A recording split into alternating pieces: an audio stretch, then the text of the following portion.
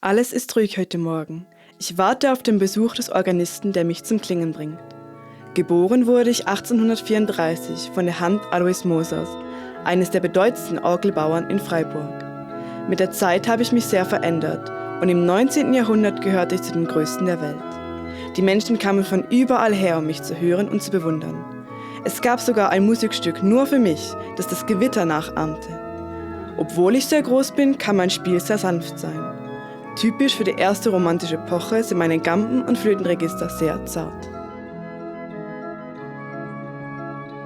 Die Kathedrale teile ich mit meiner schönen Freundin durch Chororgel, die von Manderscheid im 17. Jahrhundert erbaut wurde. Speziell an dieser Orgel ist die Klaviatur mit gebrochenen Tasten. Damit kann man den Unterschied zwischen Bs und Kreuzen hervorheben und reine Terzen spielen. Die Orgel bekam diese berühmte Klaviatur im Jahr 1998 zurück. Zuvor wurde sie im Nationalmuseum in Zürich aufbewahrt. Sie gab ihren schönen Originalklang zurück, indem die Stimmung ersetzt wurde, die ihr im 19. und 20. Jahrhundert aufgezwungen worden war. Nur ein paar Schritte von der Kathedrale entfernt, in der ich wohne, befindet sich die Orgel des ehemaligen Bürgerspitals. Diese Orgel ist ein anderes Kind von Manderscheid, die ihrerseits eine unglaubliche Odyssee durchlebt hat. Zuerst verloren stand sie dann an vielen verschiedenen Orten, namentlich über längere Zeit in einem Freiburger Restaurant. Sie ist mit vielen Farben bemalt und hat eine große Verwandtschaft in Nordeuropa. In den 1980ern kam sie zurück an ihren Geburtsort. Sie hatten sich nie auf die Neuheit der Elektronik eingelassen. Sie musste noch mit einer weiteren Person gespielt werden, die mit Hilfe der Blasebälge die Pfeife mit genügend Luft versorgt, was ihr eine einmalige Stimme verleiht. Ihre Freundin, die Orgel der Franziskanerkirche von Johann Conrad Speisecker erbaut, wurde 1815 von Alois Mosers ergänzt und von verschiedenen Orgelbauern umgebaut. Diese Orgel umfasst 26 Register und hat eine mechanische Taktur.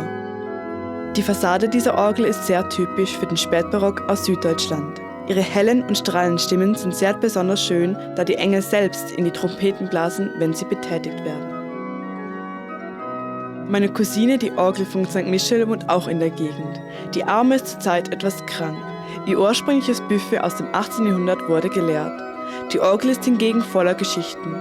Die verschiedenen Operationen im Laufe der Jahrhunderte zeigen die Entwicklung unserer Familie gut auf. Die 30 Kilometer entfernte Orgel von Bühl gehört ebenfalls zur Familie von Mosers. Ihr sanftes Spiel und ihr großes Plenum wurde insbesondere vom berühmten deutschen Komponisten Felix Mendelssohn im frühen 19. Jahrhundert gelobt. 200 Jahre später hat sie trotz mehrerer Renovierungen immer noch nichts von ihrer Pracht verloren. Aber die am besten erhaltene Orgel Mosers bleibt diejenige, die sich in der Abtei Biesenberg befindet. Sie lebt friedlich in diesem Kloster, das für die Öffentlichkeit geschlossen ist. Schüchtern und trotz ihrer großartigen Qualitäten lässt sie sich nur bei seltenen Ausnahmekonzerten blicken.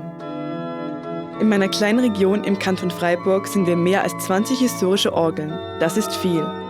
Ich habe Glück, eine so große Familie zu haben, die seit dem Ende des 20. Jahrhunderts auch dank der Orgelakademie Freiburg gepflegt und zur Geltung gebracht werden kann. Von unserer Natur her können wir uns nicht begegnen. Doch jedes Jahr im September feiern wir im Geiste vereint unsere Vielfalt beim Festival der Orgelakademie Freiburg.